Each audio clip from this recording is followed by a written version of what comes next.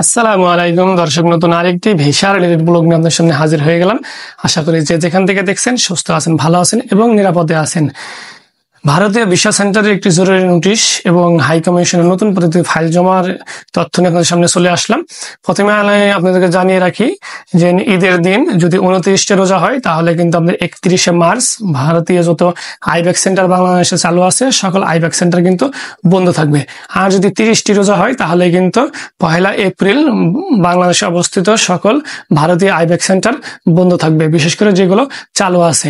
আপনাদের যাদের 1 তারিখে ফিঙ্গার দেওয়ার ডেট আছে, অনেকে আমাকে মেসেজ করেছেন, তারা খেয়াল রাখবেন যদি 1 তারিখে ঈদ হয় তাহলে আপনাদের ফিঙ্গারটি নিবে না। আপনারা 1 তারিখের পরের যে কর্মদিবসটি আছে 2 তারিখে আপনারা ভিসা সেন্টারে চলে যাবেন। যদি আপনাদেরকে ইন্ডিয়ান হাই কমিশন থেকে বা আপনার ভিসা সেন্টার থেকে কোনো মেসেজ না দেওয়া হয় তারপর আপনারা চলে যাবেন। আর যদি ইন্ডিয়ান ভিসা সেন্টার থেকে মেসেজ দেওয়া হয় তাহলে মেসেজ আপনাদের পরবর্তী ডেট এবং সময় জানিয়ে দেওয়া হবে, সেই অনুযায়ী আপনারা কিন্তু ফিঙ্গার দিতে চলে যাবেন এবং পাসপোর্টটি জমা করে চলে আসবেন। এখন বলি হাই কমিশনে আপনারা নতুন যে নিয়মে ফাইলটি জমা করবেন। অনেকে আমাকে হাই কমিশনে ফাইল জমার প্রসেসটি জানার জন্য মেসেজ দেন। আমি কিন্তু আপনাদেরকে বারবার বলে থাকি যে আমার হাই কমিশন নিয়ে অনেকগুলো ভিডিও তৈরি করা আছে। আপনারা ওই ভিডিওগুলো যদি একটি ভিডিও ভালো করে দেখতেন তাহলে কিন্তু আমাকে এই বারবার একই প্রশ্নের সম্মুখীন হতে হবে না, একই প্রশ্ন কিন্তু সবাইকে রিপিট করতে হতো না।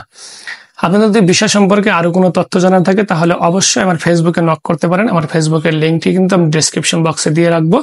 আপনারা আমাকে নক করতে পারেন ভিসা সম্পর্কে যে কোনো তথ্য জানার জন্য। আমি চেষ্টা করবো যথাসময়ে আপনাদেরকে উত্তর দেওয়ার জন্য। আপনারা হাই কমিশনে কোন পদ্ধতিতে ফাইল জমা করবেন সেই প্রসেসটি আমি বলে দিচ্ছি। আপনারা সর্বপ্রথম ইন্ডিয়ান একটি ডক্টরের অ্যাপয়েন্টমেন্ট আনবেন। ডক্টরের অ্যাপয়েন্টমেন্টে আনার পরে আপনারা যে কোনো একটি কম্পিউটারের দোকানে অথবা নিজে আপনারা একটি ভিসা ফর্ম পূরণ করবেন। ভিসা ফর্মটি পূরণ করার জন্য আপনাকে দুই একটি ছবি লাগবে। এই ছবিটি কিন্তু ভিসা ফর্মের ডান পাশে আপনাকে স্ক্যান করে বসাতে হবে এবং ছবির নিচে আপনাকে একটি সিগনেচার দিতে হবে এবং দ্বিতীয় পৃষ্ঠায় কিন্তু একটি সিগনেচার দিতে হবে। এরপরে আপনার যে এনআইডি কার্ড আছে এনআইডি কার্ডের একটি ফটোকপি নেবেন। এরপরে আপনার যে ইলেকট্রিসিটি অথবা পানির বিল অথবা গ্যাস বিলের একটি কপি নেবেন। আপনাদেরকে বলে রাখি যদি আপনি ঢাকার বাইরে হন, আপনি যদি ঢাকায় জমা দিতে চান তাহলে কিন্তু অবশ্যই আপনাকে ভিসা ফর্মে বর্তমান ঠিকানা ঢাকা দিতে হবে এবং সেই বর্তমান ঠিকানার সাথে মিল রেখে কিন্তু আপনাকে একটি বিদ্যুৎ গ্যাস অথবা পানির বিলের কপি এখানে সংযুক্ত করতে হবে।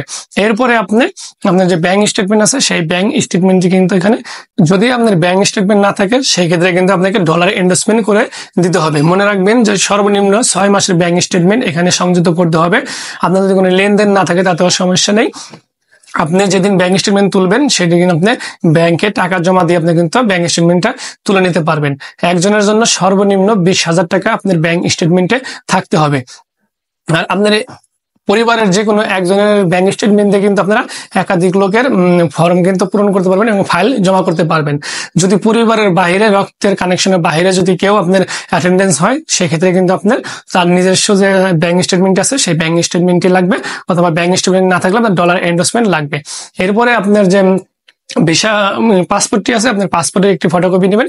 এরপর আপনি যদি আগে ইন্ডিয়া যেয়ে থাকেন তাহলে সর্বশেষ যে ভিসাটি আছে সেই ভিসার একটি ফটোকপি নেবেন। এরপরে আপনার যে অ্যাপয়েন্টমেন্ট লেটারটি আছে এই অ্যাপয়েন্টমেন্ট লেটার একটি ফটোকপি নেবেন। এরপরে সর্বশেষ আপনার যে মেডিকেল ডকুমেন্টস গুলো আছে সেই মেডিকেল রিপোর্ট গুলো আপনি এখানে সংযুক্ত করবেন।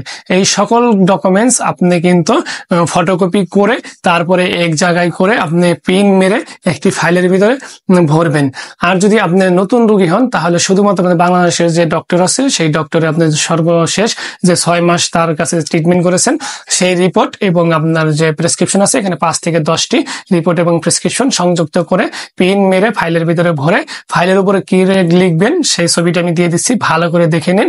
এগুলো লিখে কম্পিউটার থেকে প্রিন্ট দিয়ে বের করে আপনার ফাইলের উপরে লাগিয়ে এরপরে আপনার ফাইলের মুখটি আঠা দিয়ে অথবা ঘাম দিয়ে লাগিয়ে তারপর আপনি ইন্ডিয়ান হাই কমিশন যে বাড়িধারায় অবস্থিত ঢাকার বাড়িধারা প্লট নাম্বার 1 থেকে 3 গুলশান 2 লেকের পাশে অবস্থিত 3 নাম্বার গেটে সরাসরি চলে যাবেন। এখানে সিকিউরিটি গার্ড বসে আছে, সিকিউরিটি গার্ডের সামনে আপনি এই ফাইলটি রেখে চলে আসবেন। অনেকে বলেন যে হাই কমিশনে ফাইল জমার জন্য কোনো টাকা লাগে কিনা বা স্লট লাগে কিনা। হাই কমিশনে ফাইল জমা করার জন্য কোনো টাকা লাগে না। আর হাই কমিশনের ফাইলটি আপনি জমাই করতেছেন কিন্তু স্লট পাওয়ার জন্য। আপনি স্বাভাবিকভাবে স্লট না পেয়েই কিন্তু আপনি হাই কমিশনে ফাইলটি জমা করতেছেন যাতে হাই কমিশন থেকে আপনাকে একটি ফোন দেওয়া হয় এবং সেই ফোনটি পেয়ে আপনি যমুনা ভিসা বিভাগের 40 নম্বর কাউন্টারে কিন্তু আপনি পাসপোর্ট সহ এই ফাইলটি আপনি জমা করতে পারবেন এবং 840 টাকা প্রতি পাসপোর্টের বিপরীতে কিন্তু আপনাকে ভিসা ফি নতুন ভিসা ফি ক্যাশ হিসেবে জমা দিতে হবে। তো আপনারা যারা হাই কমিশনে ফাইল জমা করবেন তারা এভাবে করে ফাইলটি প্রসেস করে হাই কমিশনে অবশ্যই ফাইল জমা করেন। একটি ফর্মে কিন্তু যেদিন থেকে পূরণ করবেন সেদিন থেকে 15 দিন মেয়াদ থাকে। আপনারা মনে রাখবেন এই 15 দিনের ভিতরে আপনার হাই কমিশনে কমপক্ষে 3 বার আপনারা ফাইলটি জমা করবেন। আগে আমি বলেছিলাম মেল করার জন্য, আসলে এখন ওরা মেল ওই রকম করে চেক দিচ্ছে না। তারপরে আমি আপনাদেরকে বলবো যদি আপনারা পারেন মেল করবেন, আর মেল করার প্রয়োজন নেই। আপনারা এখন একটি ফাইল কমপক্ষে 3 বার আপনারা হাই কমিশনে জমা করবেন এই 15 দিনের ভিতরে। আপনার যে কোনো একটি ফাইল হাই কমিশনের চোখে অবশ্যই পড়বে, কারণ এখানে শত শত ফাইল প্রতিদিন জমা পড়ে। কোন ফাইলটা তারা কখন দেখে তার কোনো ঠিক নেই। আপনি যদি 15 দিনের ভিতরে 3টি ফাইল জমা করতে পারেন, 3 বার ফাইল জমা করতে পারেন, তাহলে যে কোনো একটি ফাইল তাদের চোখে অবশ্যই পড়বে। তখন আপনার সব ডকুমেন্ট দেখে যদি মনে হয় যে আপনি আসলেই সকল অরিজিনাল ডকুমেন্ট দিয়েছেন এবং ইন্ডিয়া আপনাকে ট্রিটমেন্ট করা প্রয়োজন, তখন কিন্তু আপনাকে ইন্ডিয়ান হাই কমিশন থেকে অবশ্যই ফোন দিয়ে ডাকবে যে যমুনা ফিচার পার্কে পাসপোর্ট সহ আপনার ফর্মটি জমা করার জন্য। তো এই ছিল হাই কমিশনের ফাইল জমা নিয়ে নতুন তথ্য। আপনার যদি আরো কোনো তথ্য জানা থাকে তাহলে অবশ্যই আমার ফেসবুকে নক দিবেন।